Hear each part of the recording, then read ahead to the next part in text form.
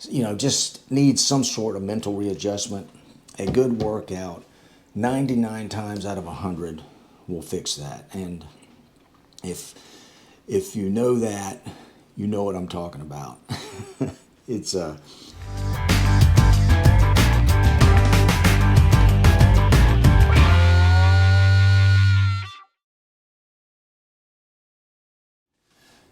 Hey gang, welcome back to Mark's 60 Plus Fitness Journey. Okay, today I've got a couple of things I want to address. Maybe more, who knows, as I ad-lib this. I never write a script. So there's at least two things. The first thing is I want to address those of you fine folks out there that have been following me for a while and give you an update and let you know what's up with me and why I've been absent for a little while. These things pop up every so often, and just went through another episode of that, and I'll get to that in a second. Secondly, if you're new here, I do want to invite you to stick around for a bit if you can withstand my ramblings. I am 65 years old, so I'm halfway through this 60 plus fitness journey, and my main goal is to remain as viable and mobile and fit and healthy and strong and muscular as I can as I age. And that's what my channel's about. I'm not going to talk a lot about that today, probably not at all, but there are a multitude of videos you can watch from the past, and there'll be more in the future. So if you'd like to, I invite you to look at some of those old videos, and if you feel led to, hit that subscribe button and keep coming back. Now, back to item one, update. Now, I think the last time I spoke, I was talking about deadlifting. That's going great. My workouts are going great.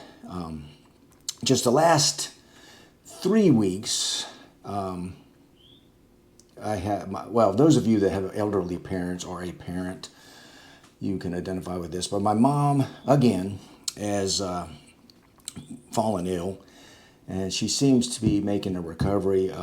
Last December 16th, she broke her left femur, seemed to be recovering from that quite well, remarkably for an 85-year-old. Now, prior to that, she had a couple of other incidents. She had an aortic valve replacement, Watchman put in her heart, just several other things to try to make her remaining years comfortable and healthy. But this latest event involved a medication that had been overlooked, and it was a thyroid medication, something called, the brand name is Synthroid, I think it's levothyroxine. And my mom doesn't have a thyroid, so if you don't have a thyroid, you have to have some mechanism to monitor or create the thyroid hormone.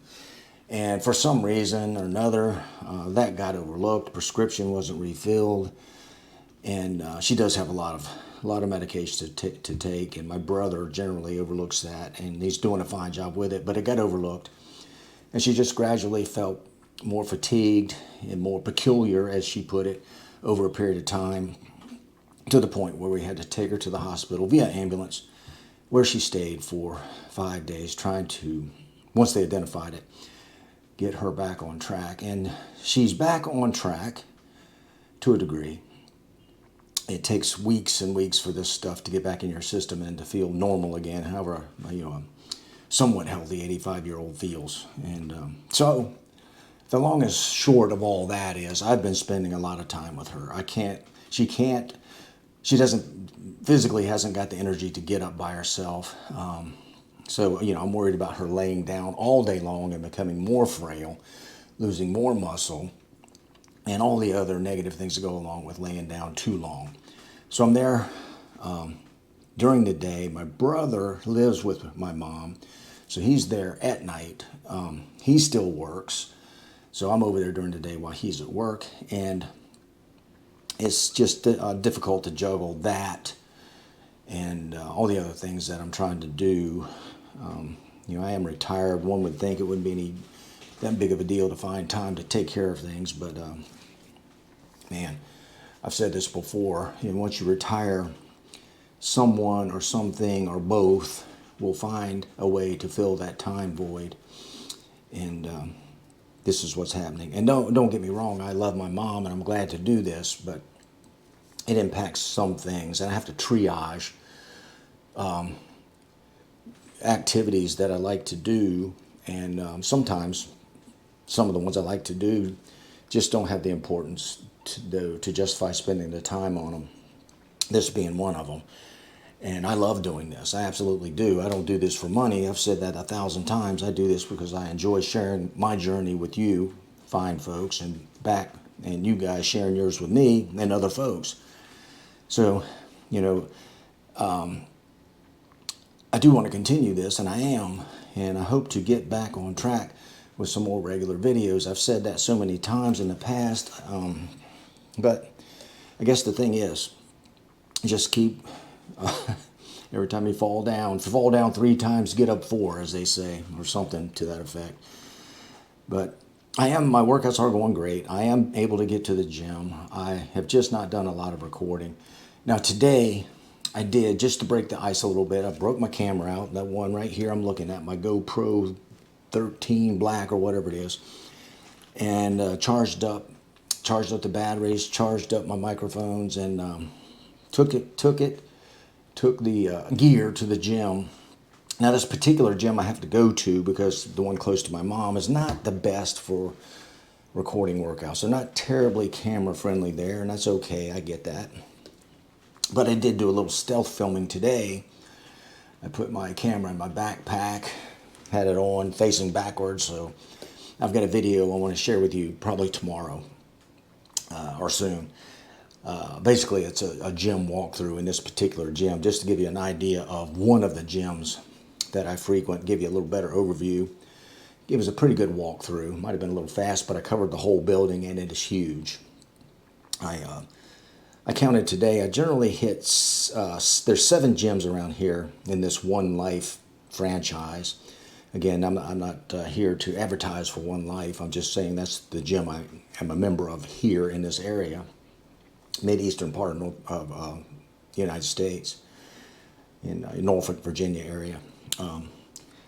And like I said, this particular one's not my favorite, but it's surely functional for what I want to do. It's kind of one of those gyms that's, it's a step above, or 2 or 3 steps above Planet Fitness, I suppose, in the sense of equipment availability. And it's kind of tries to be all things to all people, so that covers a lot of people, but some things fall short. But it works for me. It really does. If I was to get into powerlifting, for example, competitively, and I've been thinking about that hard and long lately, I would probably have to find another gym to do that. But for now, it works just great for me. Again, for those of you that are new here, I kind of bounce around a lot. I bounce around between trying to get really lean, trying to fall into a bodybuilder mode, try to fall into a strength / powerlifting mode. But basically it's all in fun. I just try to do something every day, and I'm at the point of where I can't not do it. And I will say this, the mere fact that I am doing this now and have been doing this for so long helps with arduous and trying and challenging situations, the same ones we all go through. It's inevitable, and this helps. It helps me tremendously. If I'm struggling a bit, whether it's something I just feel like I just can't see the end of the road, end of the tunnel, or just need some sort of mental readjustment, a good workout 99 times out of 100 will fix that. And if you know that, you know what I'm talking about. It's a lifesaver sometimes, and sometimes figuratively, and sometimes literally. It really is. And I'll give you my mom as an example. I wish she suffers from sarcopenia, severe muscle loss. She doesn't have osteoporosis yet. She does have osteopenia. Her bones are not the strongest, hence the broken femur. She's still mentally sharp. There's no dementia, but she is limited in her mobility, and that's what I want to try to avoid. And that's maybe the major block of the fitness foundation I'm trying to build, is just be able to stay strong, have a long health span, as they say, as opposed to just a long lifespan not feeling well.